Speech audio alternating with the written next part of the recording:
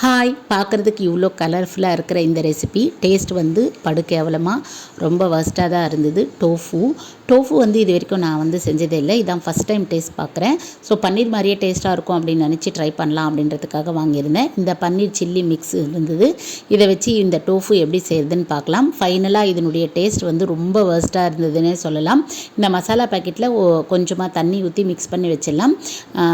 அதுக்கப்புறம் இந்த tofu cut பண்ணி இதில் லைட்டாக சில்லி பவுடர் சால்ட்டு மிக்ஸ் பண்ணி வச்சு கொஞ்சம் ஆயில் ஊற்றி நல்லா டோஸ்ட் பண்ணி எடுத்துக்கிட்டேன். ஸோ நான் என்ன நினச்சேன்னா டோஃபு வந்து சேம் பன்னீர் டேஸ்ட்லேயே இருக்கும் அப்படின்ற மாதிரி தான் எக்ஸ்பெக்ட் பண்ணேன். பட் சாப்பிடும்போது தான் தெரிஞ்சது சுத்தமாகவே நல்லா இல்லை, யாருக்குமே வந்து பிடிக்கல.